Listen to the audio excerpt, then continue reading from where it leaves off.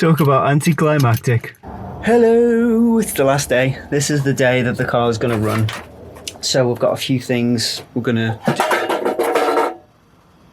First of all, we're going to put some Loctite on those driveshaft bolts, the centre ones, because I forgot. Then I'm going to reconnect the exhaust, then install the clutch hose, add the clutch fluid and bleed the slave, add the gearbox oil, and then put the ECU in, the new one. This, the reprogram one, and we've got a little bit of wiring to do on it as well. There's a video from Chris from Phoenix Management, and he goes through everything that I need to do. And then we start it up.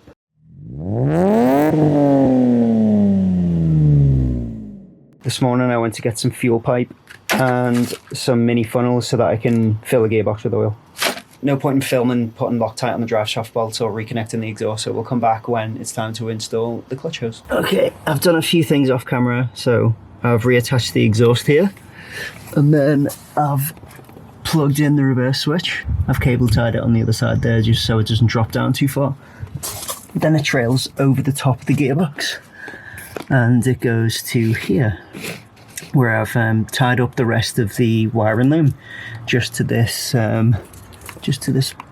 oil pipe here. I don't quite know what it is, and I've covered the connectors in duct tape just so they don't get wet. It's just a temporary solution until I can find something a little bit more elegant. And then I've also cable tied the reverse switch here as well, so it doesn't, you know, force itself that way and then drop down. But I don't think it's long enough to do that anyway. Now it's time to install the clutch hose.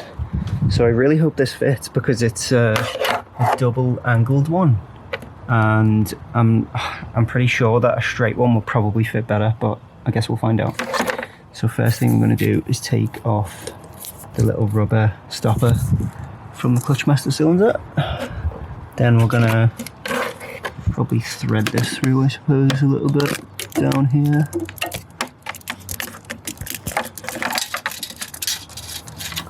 Not sure what path I want to take actually. Let's just get it down there, and then we're going to plug it in here. There we go. Oh, this is going to take a long time to screw this in. It's not a 12, maybe it's a 10 or 11. Oh, it's an 11. Oh, it's so weird. Right, I'm going to try and screw it in by hand as much as I can first. Right, I managed to get it in, but it was a little bit awkward because it's in a weird position. I had to use an adjustable. Right, so now I'm going to go into the car and then route it the way I want it. So it was originally dangling on the other side here of the gearbox, but I've put it over the top and then just moved it around here. And now I've just got it coming on the other side of the starter. It is a bit of a weird fit because I've got to do it like this, but it fits, so that's the main thing. So let's take the rubber out and then we can plug this in. This one's going in easier. And I'll tighten it up a bit. Not too much because I don't want it to crack anything.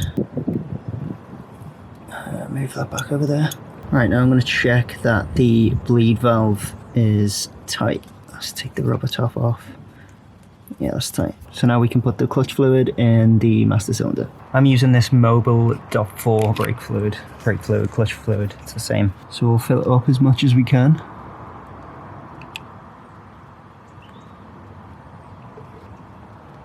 Like this. Right, that's between the min and the max lines now. So I guess we just start pumping the clutch. I'm not 100% sure how this works because I've never done it, but right, that went straight to the floor. Let's pull it back out. Let's pump it a bit, see if that does anything. I am new to this, by the way, so, well, yeah, nothing's happened. Oh, what is that? Oh, is that supposed to be in there? I'm going to say no. Right, well, let's take that out. Silly me, the bleed valve's closed, so obviously we want that open, otherwise nothing's going to go down. So we'll open that. Right, let's see what this does.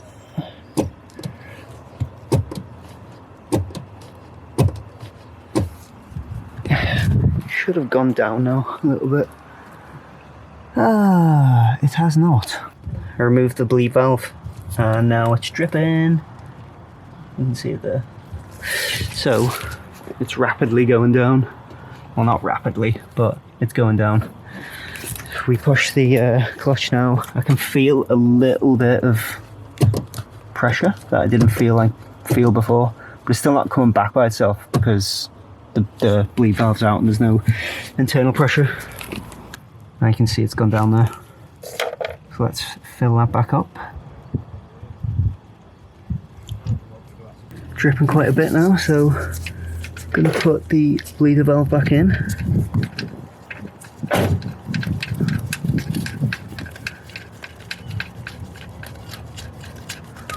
Do that up all the way, tighten it completely so it stops.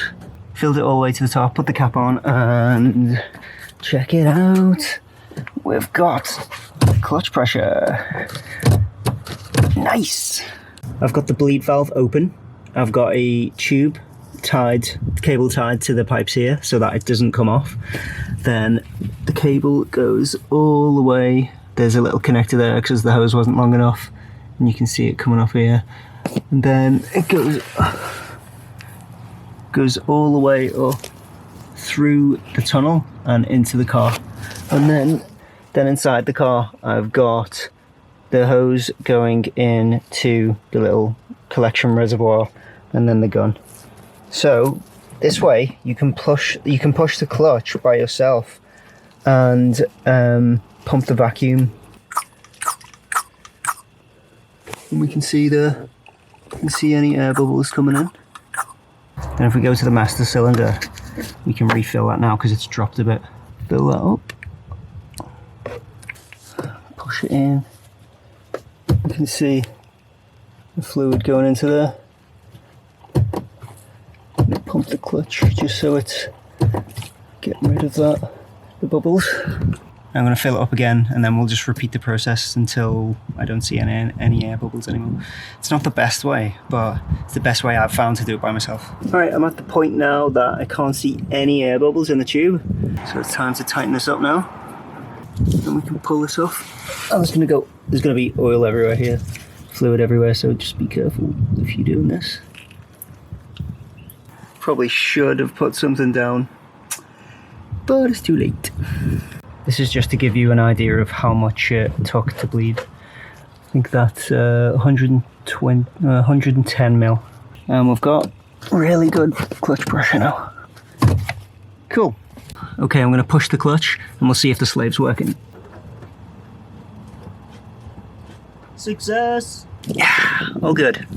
One thing I'm going to do now that I forgot to do earlier is to reinstall this little cover. It's clean around the edge. I've already cleaned this up. Now we just pop it back into place. That'll protect the flywheel and clutch from any crap getting in. Time to put some oil in the box. On the right side of this gearbox there's a filler plug. It's a 24mm socket. And of course it doesn't fit on. I was afraid this one wouldn't crack, but I eventually managed to do it. I'm going to put a new filler plug in after I've put the oil in. Oh, there we go. I've actually got some fuel pipe to fill this up and a little funnel, and I'm hoping that the fuel pipe will fit in this hole. The hole's pretty big though, so I'm pretty sure that will be okay. I am on toyotaclub.net having a look at manual transmission for IS300s and Altezas, since we're using the J160 box, and capacity 1.95 litres. And it says we need 75W90 GL3, and we have got that exact oil right here, 7590 manual transmission gear oil from Toyota. I've got 2 litres of this stuff. 1.95 50 millilitres isn't going to make a huge difference, so I'm going to put 2 litres in. I'm using some fuel pipe here that I got from the parts store. Hopefully it's going to fit in the hole, and a tiny little funnel. So what we're going to do is put the hose down here. Oh, it won't fit. Oh yeah, it will. Put the hose down here. and then have the, well, I'm going to put that in as far as I can.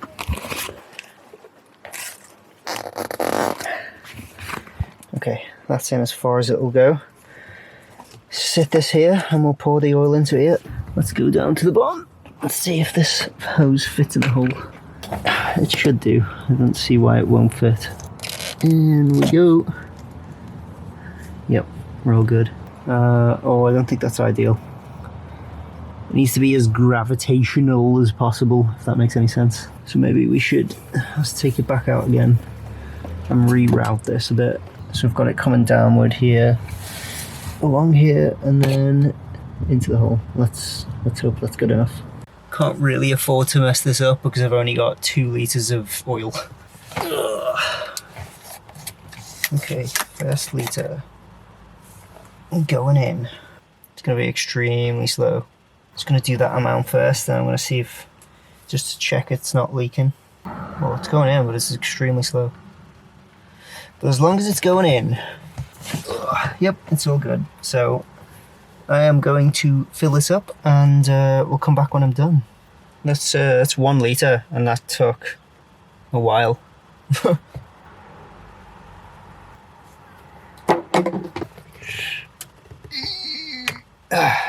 That's it. That's the box full. Well, not full, but as much as it needs. All right, so we did lose a little bit at the end there. That was just because the box was basically full and it was overflowing from the filler hole. I've just had to rush to put the cap back in. So we've put the new one back in, and I haven't torqued it because nothing fits in there. I've just tightened it with a torque, not a torque wrench, a adjustable. Let's just clean that excess soil. Oh, it's all over my cardboard. Sad times. It's time to install the shifter again. I'm going to clean it up a bit and put some fresh grease on there because it looks like crap.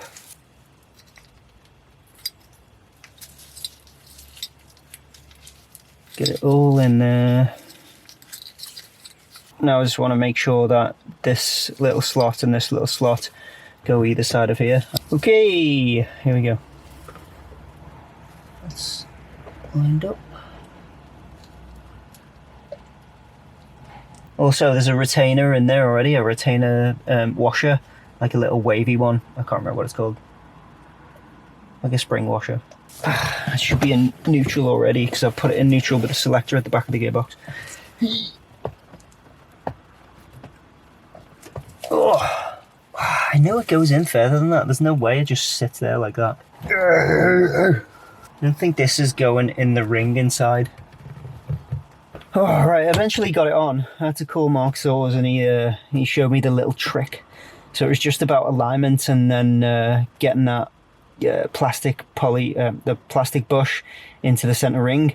And this actually leans a little bit to the side, so you've got to make sure that you've got it so that it tilts to towards the driver and not towards the handbrake. Otherwise you'll have problems getting it into reverse.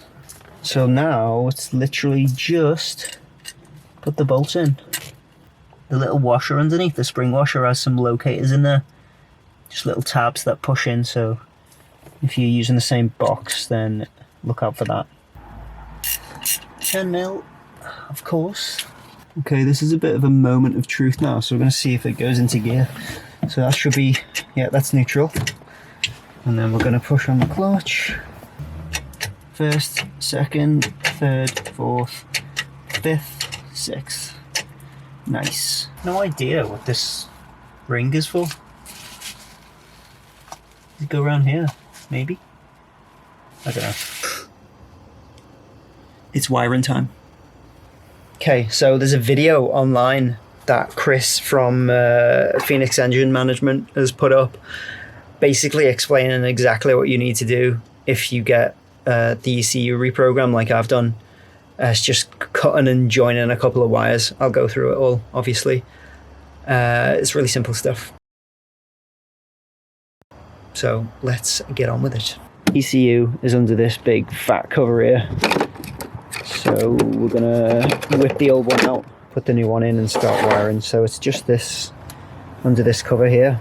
We've got what looks like a 10mm bolt there, and a 10mm bolt there. I think this is just a cover for it, which we'll switch over to the other one once we've done the wiring. We actually have to take this cover out now, otherwise we're not going to be able to get the plugs out. I'm using a TP25H Torx here to get these out. There's just 2 at the bottom, 2 at the top. Take that off, and then we can get access to the plugs. Right, I'm going to go re-watch that video, and then I'll come back and explain everything that I'm going to do. I'm going to remove all these plugs now.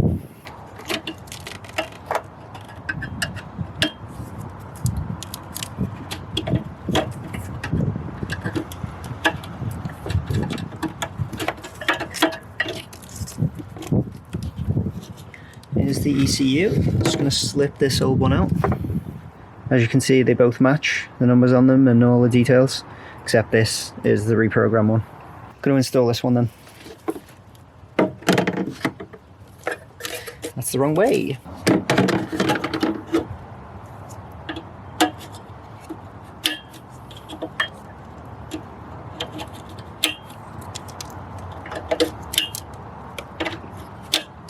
Going to watch this video now, and then I'll come back and explain everything. Okay, first thing we're going to do is unplug this junction connector here. There's 2 red and black wires right at the top. One of them goes to the reverse switch, and one of them loops around and goes back to the ECU. So we're going to have to use a multimeter and put it on the continuity setting and basically find which one loops back to the ECU, and then chop it. So there's 2 red and black wires that go to here, and we're going to find out which one. So there's one of them, and we're going to go into one of them on the junction connector as well, like this, and we see that it's not connected. Then if I go into the second one on the junction connector, you can see that we do get something there, so there's definitely a connection. Not in there properly. There's definitely a connection between those 2, and it's the same with the red and black next to it. The red and black next to it on the ECU, and then if we go into that first cable again, the first red and black one, it's not that one. And then if we go into the next one, it is that one. So this one definitely links back to the ECU.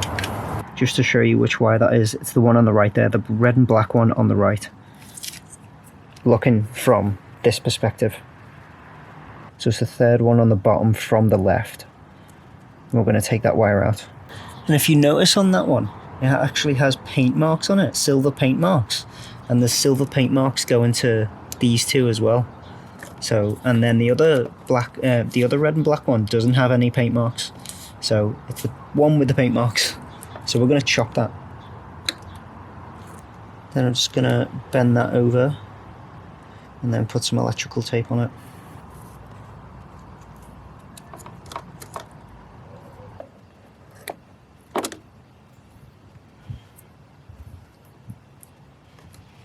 I'll do the same for the other end.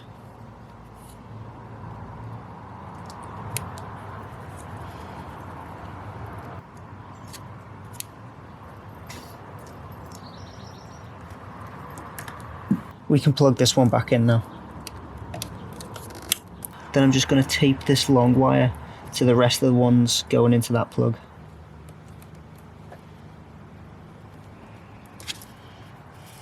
There we go. Okay, next thing is this grey plug here. So we've got pin 2 at the bottom here, and then pin 6 just above it. We're going to join those 2 cables together. That's this black and white one and this black one. We can plug these back in now. Pin 2 we will chop here, and pin 6 here. At this end we'll just bend these over.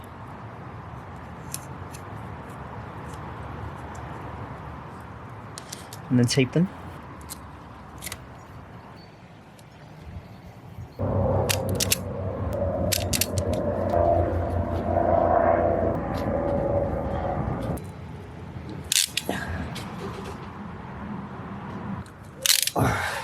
Right, I've joined those 2 wires together now. So that's that second step complete. There's one more thing we need to do. Got to take this tape off now because I forgot that was something else that we need to do here. So here, on the same junction plug, we've got the 2 red and blues and the green and yellow. So we're going to take one of those red and blues and the green and yellow, and we're going to, well, chop them both and then join them together. So I'm just going to take these two because they're next to each other. So this green and yellow and this red and blue. So just like we did here with pin 2 and 6 on that other plug, we're just going to join these together, crimp them.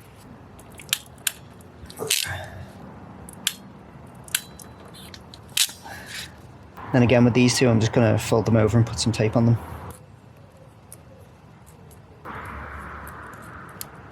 And that's all we need to do, just those 3 steps.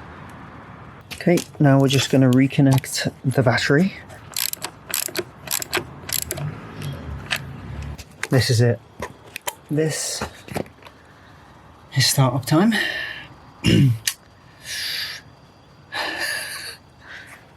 Let's see if it works.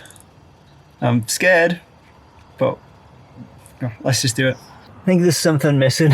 The shift knob. Alright, let's get this on. Ooh, this is cool. Oh, it's weighty. Oh, it doesn't go straight on. We need an adapter. We got them here. Here we go. The Mishimoto shift knob. Nice. Here we go.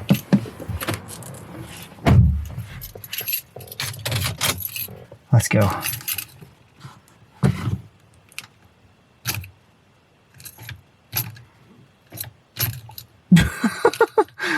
Talk about anticlimactic. So the reason that hasn't started is basically because I'm a moron and I've connected it in the wrong way, and Mark is on the phone to me trying to help fix the problem. Alright, Mark's witnessing this. Let's go. Woo! It starts!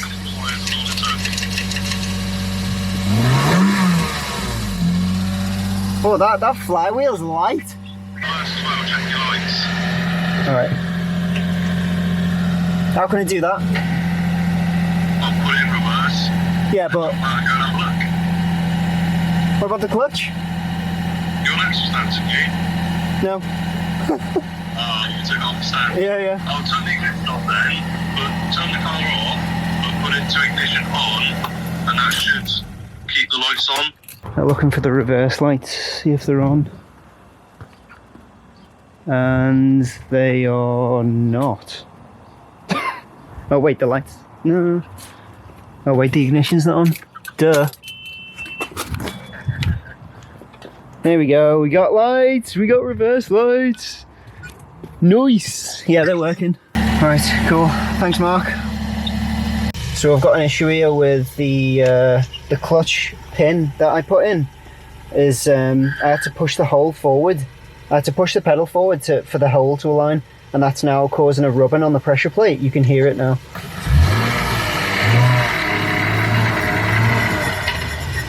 That sound is so I'm going to adjust the pedal.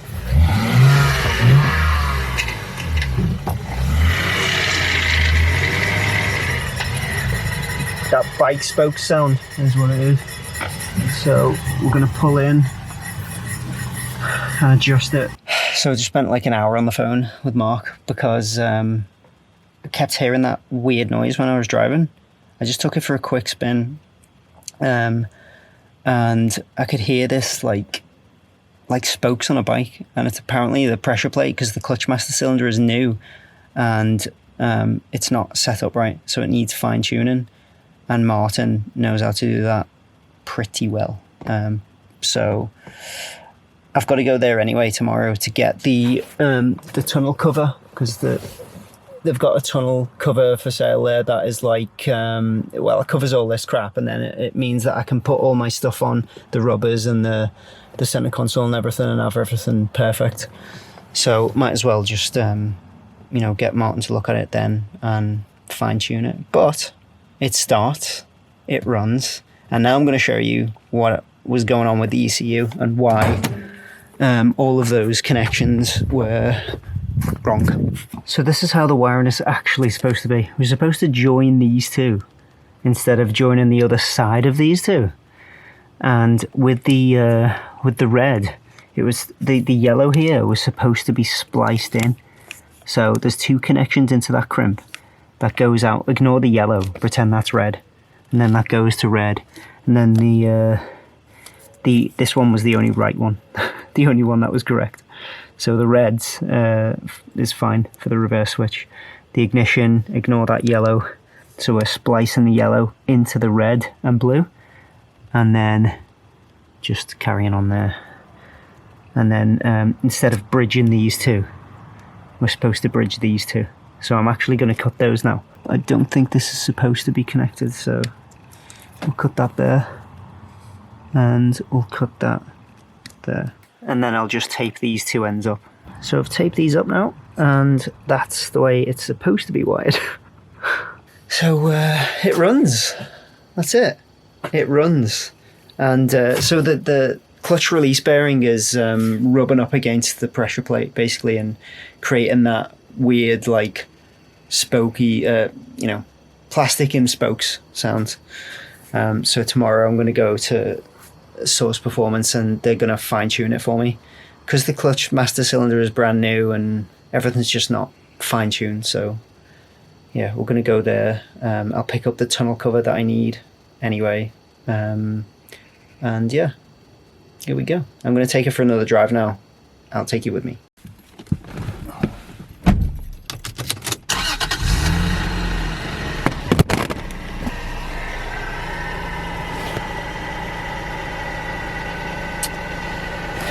My camera mount isn't great.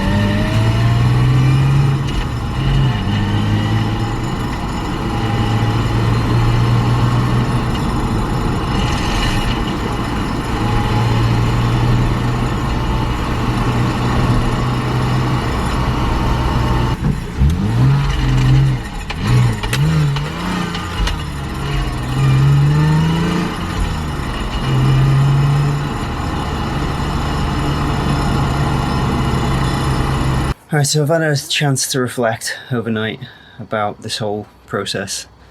I'm kind of disappointed that I wasn't able to iron out all the details by myself. That little rattle from the clutch release bearing making contact with the pressure plate, I hope it hasn't slipped forward or anything like that. Something that requires taking the box out. I really don't want to do that again. But, you know, I've done what I've done in my driveway on axle stands with the tools I had available. I've never even done a clutch, right? And ended up doing a manual swap, and the car runs. So yeah, this isn't the end, but this is the end of this video. The next video I'm going to be going to, which is actually now today, I'm going to be going to Source Performance to iron out the details and see if we can fine tune it. Anyway, thank you for watching. I hope it was entertaining, informative, and yeah, we'll see you in the final video. Comment, subscribe, like the video, share everything you can. Follow me on Instagram at ShizukasaJDM, and I'll see you in the next video. Peace.